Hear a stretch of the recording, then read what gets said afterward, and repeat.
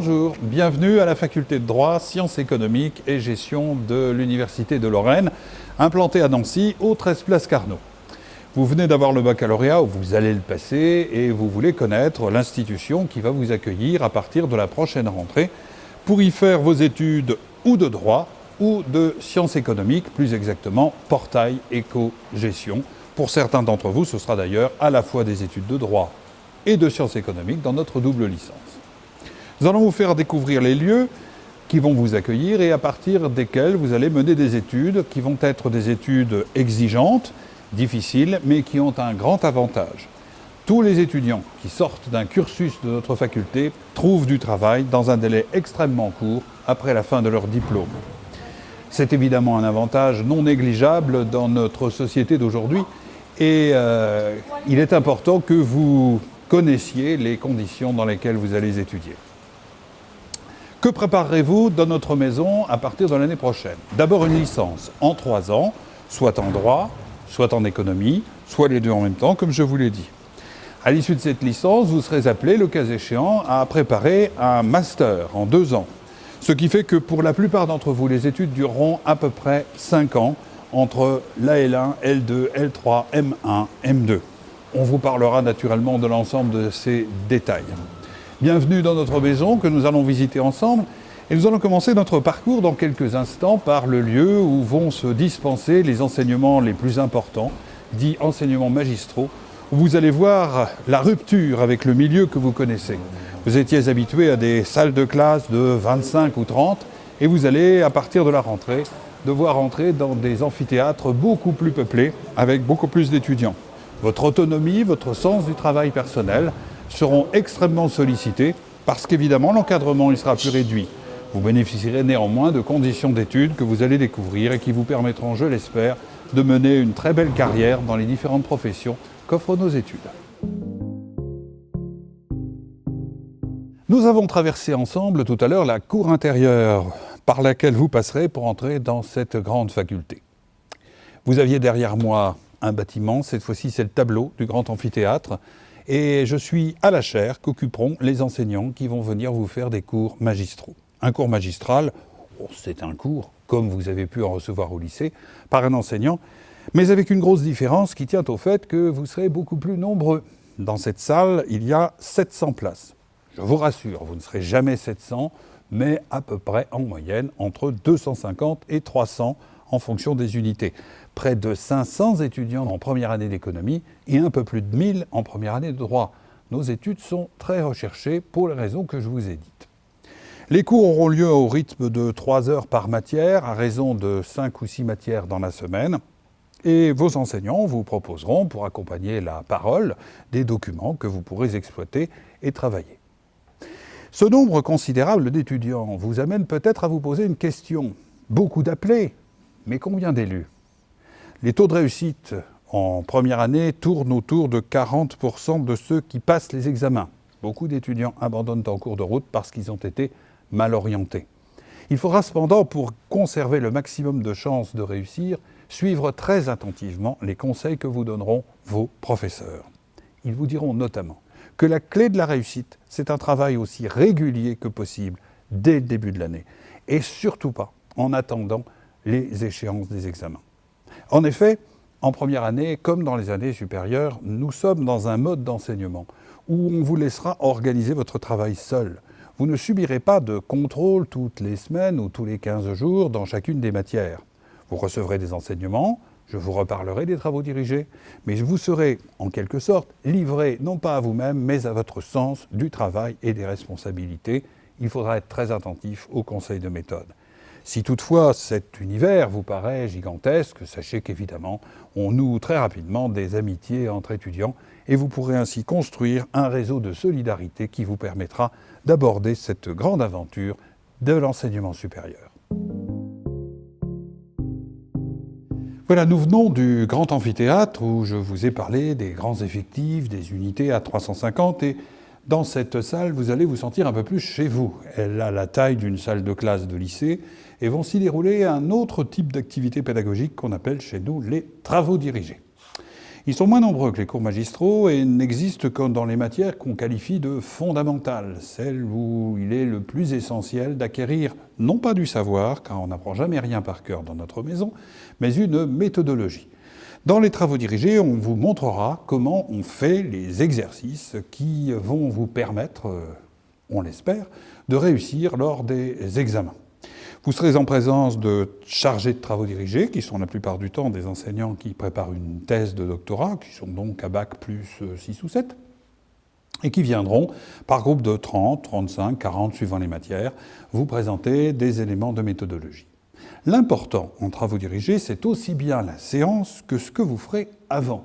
Car on vous remettra chaque semaine, soit de façon dématérialisée, soit de façon physique, un document à préparer. On appelle ça la fiche de TD. Un exercice que vous devez faire avant de venir en travaux dirigés pour que ce que va vous montrer l'enseignant vous dise quelque chose. Quand on ne prépare pas son TD, il ne sert à rien.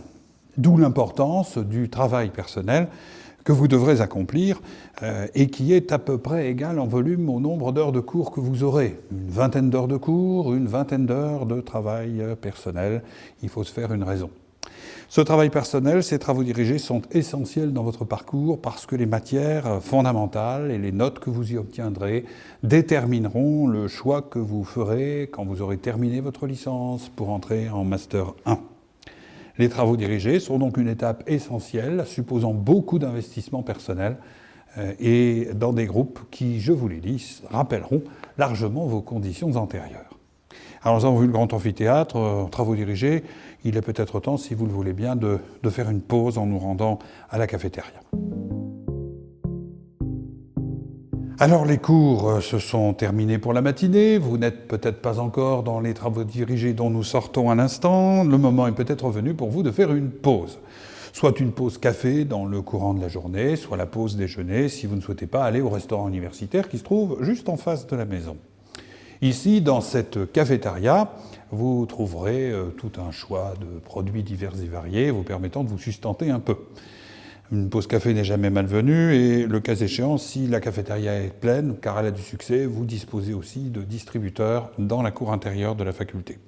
Ce sont naturellement des petits moments de convivialité qui ont leur importance dans une journée. Mais sachez aussi qu'au-delà de la cafétéria et du bon petit chocolat ou du thé que vous y prendrez, il y a aussi une vie étudiante particulièrement intense dans notre maison, animée par des associations étudiantes. Ces associations prendront contact avec vous dès votre arrivée puisqu'il y a une pré-rentrée où elles tiennent des stands et vous présenteront leurs activités. Il est important que vous les côtoyiez car elles ne font pas qu'organiser des fêtes étudiantes, elles organisent aussi des conférences, des tutorats, de méthodes pour vous aider dans le cadre de vos études. Ces associations étudiantes, nous travaillons avec elles et vous pouvez leur faire confiance. Ce sont celles que vous rencontrerez dans la maison. Attention cependant à toutes les structures extérieures à la faculté qui vont vous proposer des tas de prépas et de formations complémentaires, souvent très onéreuses et qui, en général, ne servent à rien du tout. Faites confiance à vos enseignants, à vos chargés de travaux dirigés et aux associations qui vont animer la vie de cette faculté et oubliez tous les marchands qui vont vous proposer toutes sortes de recettes miracles. Seul le travail régulier peut payer. Alors, puisque nous avons ensemble pris un petit café, après les cours et les travaux dirigés, il est peut-être temps maintenant d'aller méditer un peu sur toutes sortes d'ouvrages et de nous rendre ensemble dans un autre endroit que vous fréquenterez certainement, la bibliothèque universitaire. Alors tout à l'heure, lorsque nous avons visité la salle de travaux dirigés, je vous ai parlé de l'importance du travail personnel que l'étudiant doit fournir pour préparer ses cours, mais surtout pour préparer ses travaux dirigés. Nous sommes ici dans la bibliothèque, qui est le lieu où les étudiants essayent de travailler en silence, sauf quand précisément je viens les déranger. Ce travail se fait sur des livres que vous voyez autour de nous, mais aussi sur des supports informatiques, sur les notes que l'étudiant prend lui-même. Mais il est important, à un certain moment de la journée, de se reposer, de se retrouver au calme dans cette magnifique salle de l'époque Art déco, pour essayer de mûrir la réflexion, préparer les séances, comme je vous l'ai indiqué. Dans cette bibliothèque, vous trouverez un nombre considérable de ressources, ici, mais aussi sur le site internet de la BU, qui vous propose en consultation directe et dématérialisée un nombre énorme d'ouvrages, de revues, de dispositifs d'ordre doctrinal, en droit et économie, bien entendu. Toujours partir du principe que le cours ne suffit pas, que les travaux dirigés ne suffisent pas et qu'il faut apporter son complément de travail personnel pour arriver à parfaire sa formation. La bibliothèque est ouverte tard le soir et tôt le matin pour vous permettre de vous accueillir dans le courant de la journée entre deux cours ou une après-midi complète. Pour le travail de groupe, des salles existent dans cette enceinte qui vous permettront de vous regrouper à 2, 3 ou 4 pour préparer un exposé, une séance ou un plan détaillé de commentaires, d'exercices mathématiques, de dissertation ou autres. La bibliothèque, c'est un autre de vos lieux d'études. Voilà, notre petit tour de propriétaire est terminé. Je voulais juste vous accueillir en vous montrant les lieux symboliques de vos futures études. Ah, j'ai oublié de me présenter. Moi, je suis le doyen de la faculté. Pas parce que je suis le plus vieux, simplement parce que j'ai été élu pour administrer cette faculté et ses 5000 étudiants. Si vous venez les rejoindre, vous serez les bienvenus, je vous l'ai déjà dit.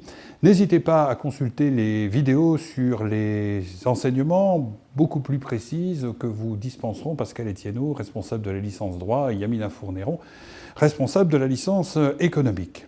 Il me reste juste évidemment à vous souhaiter un bon courage pour le baccalauréat, en vous rappelant que plus votre moyenne au baccalauréat sera élevée, plus vous multiplierez vos chances de réussir chez nous. Un bon courage pour toutes vos épreuves et au plaisir de vous retrouver dès la rentrée prochaine dans notre maison.